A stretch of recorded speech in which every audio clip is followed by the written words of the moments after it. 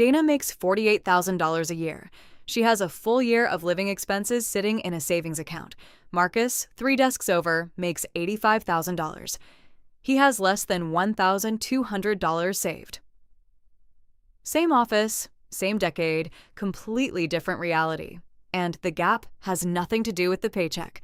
If you've been told you need a full year of income before you're allowed to feel safe, that belief is the exact thing keeping your emergency fund stuck at zero. So let's kill it in the next 30 seconds. The number you need is far smaller than the one that's been paralyzing you. And on $48,000 a year, you can hit it faster than someone earning nearly double who still couldn't cover one busted water heater without reaching for a credit card. 2 years before her fund could cover a full year of expenses, Dana was saving exactly nothing. She was doing what a lot of people on a modest paycheck quietly do, which is survive the month and pray nothing important breaks before the next one lands. Her turning point was not a promotion, and it was not a side hustle that changed everything overnight. It came from one sentence she read late one night that flipped the whole problem on its head. An emergency fund is not a year of your income. It is a year of your expenses. And those two numbers live much further apart than almost anyone assumes. Sit with that for a second, because it is the hinge the whole plan swings on. When people hear a full year of emergency savings, their brain automatically hears a full year of salary, and it slams the door shut before they even try. On $48,000 a year, stacking up another $48,000 sounds impossible, so most people never take the first step. But Dana's real target was never $48,000. Her rent, groceries, insurance, utilities, the true cost of keeping her life running, came out to roughly $1,900 a month. 12 months of that is $22,800. Still a serious number, still a real climb, but $22,800 and $48,000 are two completely different mountains, and only one of them was realistic on her paycheck. Here's the question you're probably asking. Why a full year specifically when the usual advice caps out at 3 to 6 months? For a lot of households, that range really is enough. Dana aimed higher on purpose, and her reasons might apply to you too. She was single income, with no second paycheck to catch her if hers vanished. She worked in an industry where layoffs came in waves and job searches could drag on for half a year. And she had carried a low, constant hum of money anxiety for years, the kind that follows you into your sleep. A full year wasn't overkill for her life. It was the number that finally let her exhale. If your situation has more built-in stability, you might land closer to 6 months and feel completely covered. The exact figure isn't the point. Choosing a number based on your real life, instead of a rule of thumb you read somewhere, is the point. Before we get into where the money came from, let's be honest about how little of a $48,000 salary ever reaches you. The number on your offer letter is not the number that hits your account. Social Security and Medicare take roughly $3,670 straight off the top before you see a cent. Federal income tax, after the standard deduction, pulls out close to another $2,900. Depending on your state, more disappears before payday arrives at all. What Dana took home landed around $40,000 a year, close to $3,330 a month. That's the honest starting line, not $48,000. About $3,330 a month to run a life that cost her $1,900. Buried in that one sentence is the whole strategy. If your essentials run $1,900 a month and you're bringing home near $3,330, roughly $1,400 every month isn't spoken for at all. For most people, that leftover $1,400 just evaporates. A little more takeout, a small upgrade, a subscription nobody remembers signing up for. Dana's whole plan boiled down to one idea, was to stop letting that money vanish and give it a job instead. So the real first step was finding her true survival number, and this is the part almost nobody does. Dana pulled 3 months of her own bank statements and sorted every expense into one of 2 buckets. Bucket 1, survival. Rent, basic groceries, gas to get to work, insurance, electricity, the phone she needed to keep her job. Bucket 2, everything else. Restaurant meals, impulse buys, the 3 streaming subscriptions she barely opened, the small comforts that feel completely necessary right up until you write them all down and see the total. Only bucket 1 feeds the emergency number for a simple reason. In a real emergency, bucket 2 disappears on its own. Nobody keeps paying for 3 streaming services the month they lose their income. Watch what happens the second you run this sort, because it's the detail that makes the whole plan possible. When Dana separated survival from comfort, her survival number came out lower than she expected. She had always assumed she needed her full spending level to feel safe. What she truly needed to keep the lights on, the roof overhead, and food in the kitchen turned out to be a lot less. That gap between what her life cost and what her survival cost was money she'd spent years treating as untouchable for no real reason. Try this yourself before doing anything else. Pull your last 3 months of statements and run the same 2-bucket sort. Be honest, even uncomfortably honest. Most people who try this walk away, shocked at how much smaller their survival number is than their spending number. That gap is the most encouraging thing you'll find in this whole process. Proof, in your own handwriting, that a year of security costs far less than a year of your lifestyle. Quick detour here, and skipping it would be dishonest. If you're carrying high-interest debt, especially credit cards, the full year does not come first. Debt like that compounds faster than any savings account can keep up with, so pouring money into savings while it sits there is like bailing out a boat without plugging the hole. The order that works: build a small starter buffer, then attack the high-interest debt with everything you have, and only once it's gone do you circle back and build the full year. Dana got lucky and wasn't in that hole when she started. If you are, plug it first. The math rewards you enormously for it. That starter buffer is where this really begins. Before Dana chased a full year of anything, she did one small thing most savings advice rushes past. She built a tiny cushion first. Just $1,000 tucked somewhere separate, doing nothing but waiting. It sounds almost too small to matter, but think about where a huge number of people are starting from. A large share of Americans couldn't cover a $1,000 surprise without reaching for a credit card. When your buffer sits at 0, every flat tire and every dentist visit turns straight into debt, and that debt charges interest that eats your savings faster than you can build them. So the first job was never the year. It was stopping the bleeding. $1,000 quietly turns a crisis into an inconvenience, and that single shift is what let everything after it hold together. That first $1,000 felt far too small to celebrate. It was, without question, the most important amount in the whole plan. Now, look at the other side of this. The real price of never building the buffer at all, because it's brutal and mostly invisible. Someone with no cushion who gets hit by a $500 surprise doesn't just pay it and move on. They put it on a card at a rate that can climb past 20%. They reach for a payday loan with rates that are hard to believe. Then, minimum payments start eating next month's budget, which makes the next surprise even harder to absorb, which sends them right back to the card. That's the debt spiral, and it has almost nothing to do with being bad with money. It's simply what happens to people who never had the $1,000 shock absorber that stops the cycle before it starts. Here's the question you've been waiting for. Where does someone on a modest salary find room to bank a whole year? 4 places. None of them required living like a monk. The biggest lever, for nearly everyone, is housing. Dana kept her rent well under what the financial guides warn about, choosing a smaller place with a roommate for the first few years instead of the solo apartment her income could technically stretch to cover.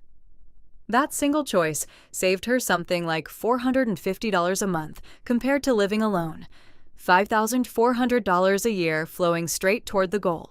The second lever was the car. She drove a paid-off, unglamorous, completely reliable used car, while people around her traded up every few years. A typical new car payment now runs several $100s a month before insurance and higher registration on top. By simply not playing that game, Dana kept a few $100 more a month out of a car company's pocket and inside her own account. Food was the third lever. She cooked far more than she ordered out. This was never about eating plain rice every night. It was about noticing that $12 spent on groceries stretches across several meals, while $12 handed to a delivery app feeds you once and leaves a tip on top. And the fourth lever, the sneaky one almost nobody watches, the creep. Forgotten subscriptions, small upgrades, tiny yeses that stack into a number you'd never agree to if someone asked for it all at once. Dana audited hers and found close to $120 a month leaking out through channels she'd stopped noticing entirely. Trimming it back wasn't a sacrifice. It was more like finding money she'd been dropping on the sidewalk without looking down. Add those four levers together, and the $1,400 a month she needed stops looking like fantasy and starts looking like arithmetic. But those four levers are about the ongoing monthly flow. The very start of a savings journey needs something else, a jolt of momentum. Dana gave herself exactly that. Before the automatic transfers even began, she spent one weekend selling things she no longer used: an old bike gathering dust, a stack of clothes with tags still on, a tablet buried in a drawer.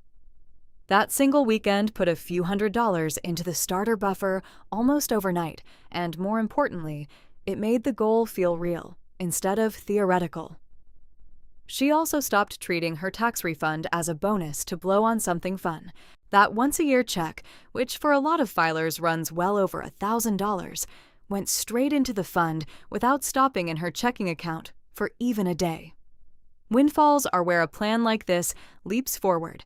A refund, a work bonus, a birthday check, any money you weren't really counting on anyway, is money your future self will barely miss.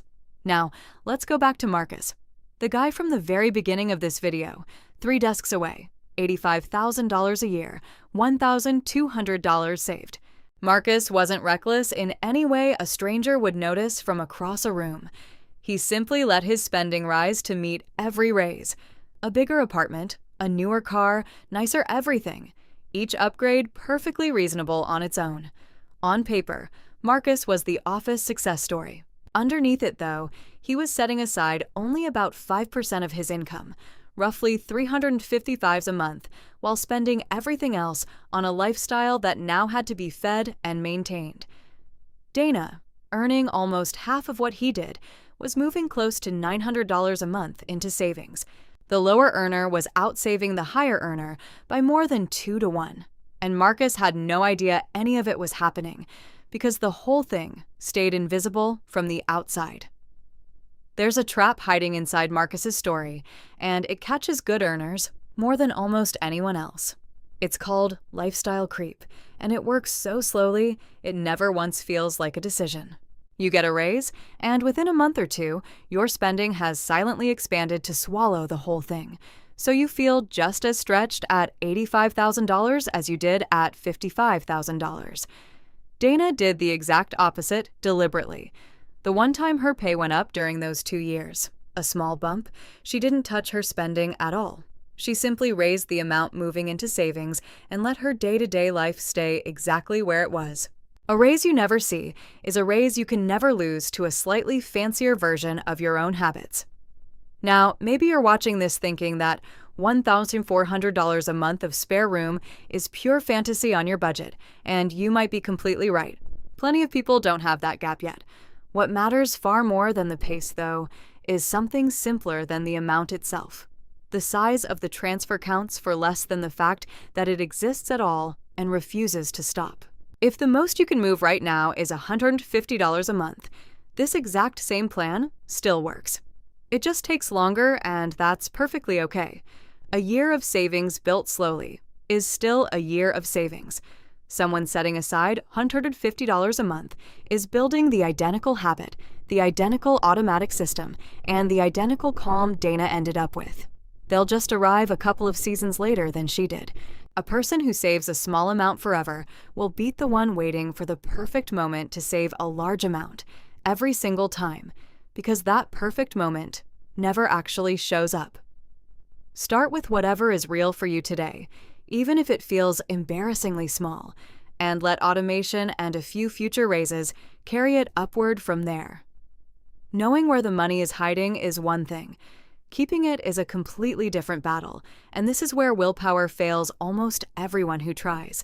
Dana never attempted to save whatever happened to be left over at the end of the month, because at the end of the month, there's never anything left. So she flipped the order entirely. The day her paycheck landed, a fixed amount moved automatically into a separate savings account before she could touch it, spend it, or even really register it had existed. The money she lived on became whatever remained after saving, never the reverse. That one small reversal does more heavy lifting than any budgeting app ever built. You stop relying on discipline 20 times a month.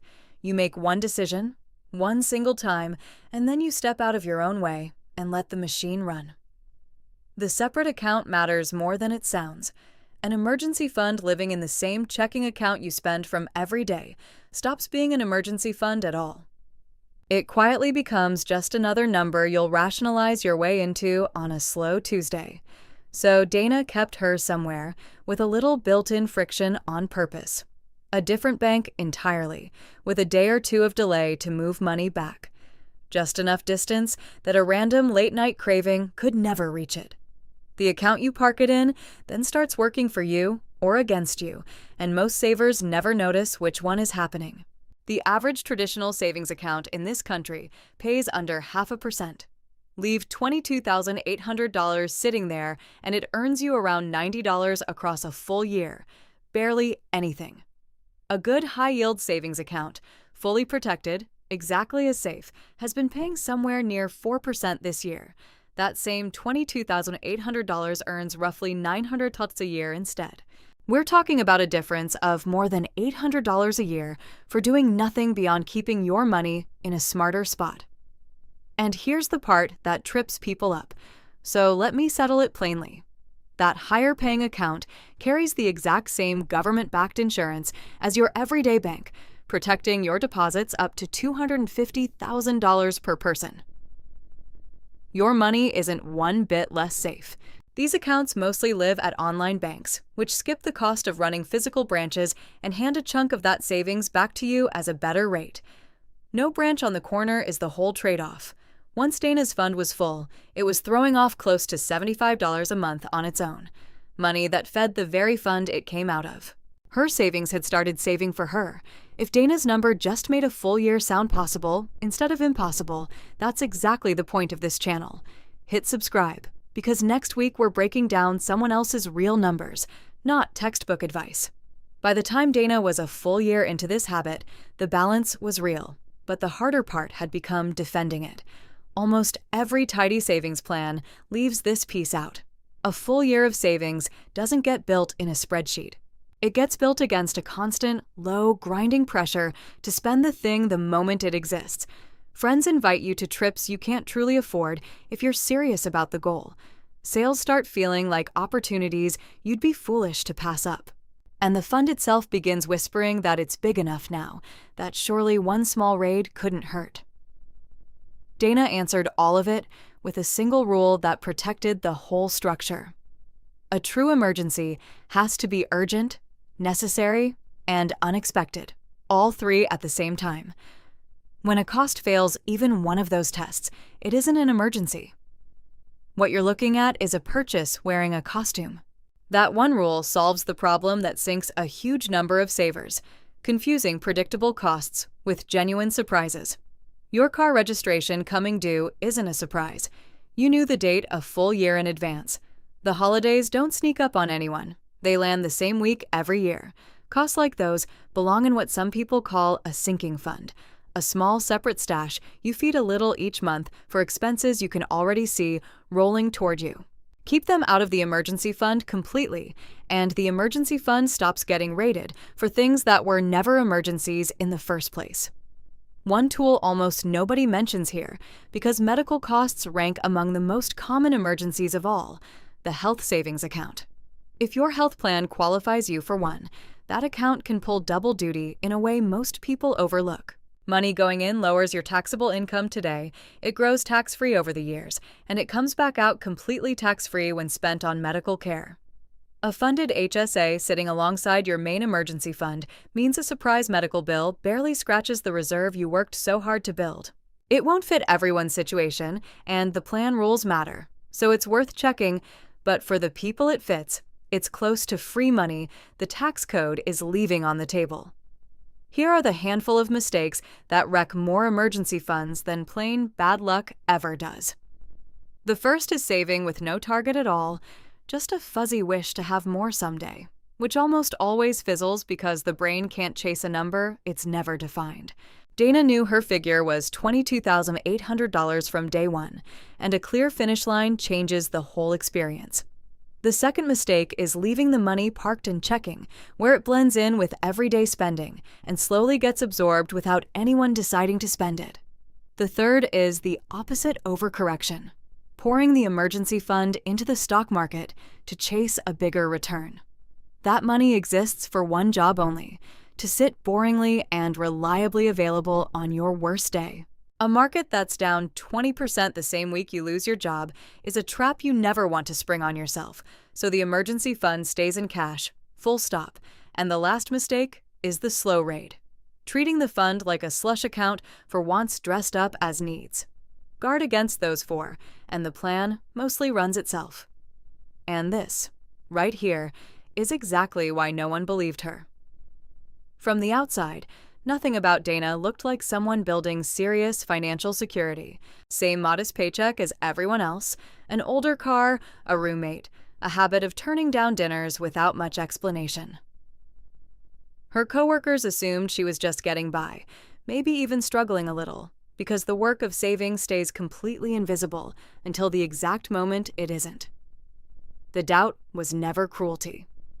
A quiet, boring, consistent transfer every 2 weeks doesn't look like anything at all. It looks like nothing, right up until the day it suddenly looks like a year of freedom. None of this happened quickly, by the way, and anyone promising you otherwise is selling you something. Dana's full year of savings took a little over 2 years to finish building, and the timeline itself ended up teaching her the most. In that first month, she had her starter 1,000, and for the first time in her adult life, a surprise bill didn't send her spiraling. Around the 3-month mark, she had a cushion capable of absorbing most ordinary disasters: car trouble, a medical copay, a laptop that suddenly refuses to turn on. By 6 months, she'd crossed into territory most households in this country never reach: a solid half-year of survival, sitting quietly in reserve. And somewhere past the 1.5-year mark, the whole feeling of it flipped. Savings stopped landing as sacrifice and started feeling like the account was pulling her forward on its own, especially once the interest was chipping in its own $75 a month toward the finish line. That flip is the part discipline advice always gets wrong. Dana didn't white-knuckle her way through 2 years of gritted teeth. The automation carried her. After the first couple of months, she stopped thinking about the transfer at all. It happened in the background of her life, like rent or a phone bill, and the balance grew whether or not she felt motivated on any given day. Motivation is a terrible thing to build a 2-year plan on, because it comes and goes with your mood. A standing automatic transfer doesn't care how you feel on a rainy Wednesday. It just keeps going. That's the quiet secret underneath every big savings number you've ever been impressed by. It was almost never willpower. It was a system that made willpower unnecessary. Dana did add one small human touch to stay connected to a 2-year goal, and it's worth stealing outright. She tracked the balance on a simple chart she could actually see, and she marked a few milestones worth pausing on. She celebrated the month the fund first covered 1 full month of expenses. Crossing the 3-month mark earned its own quiet nod. And the day the balance finally reached half a year, she let herself feel the weight of it. Each of those moments became a small, private celebration. Nothing expensive, just an honest acknowledgement that she was pulling off something most people never manage. Long goals tend to die in the invisible middle, that long gray stretch where the finish line still feels impossibly far and the starting line is already forgotten. Marking the milestones gave that middle some texture and something to reach for, and feeling that progress is exactly what kept the automation from ever getting switched off. So what does a full year actually buy a person earning $48,000? Go back to that water heater that died in the middle of winter. For most of the people in Dana's office, a repair like that would have meant a credit card, a fresh balance, another cycle of interest. For Dana, it meant opening an app, moving the money, and going back to bed. Because the emergency had already been paid for 2 years before it ever happened.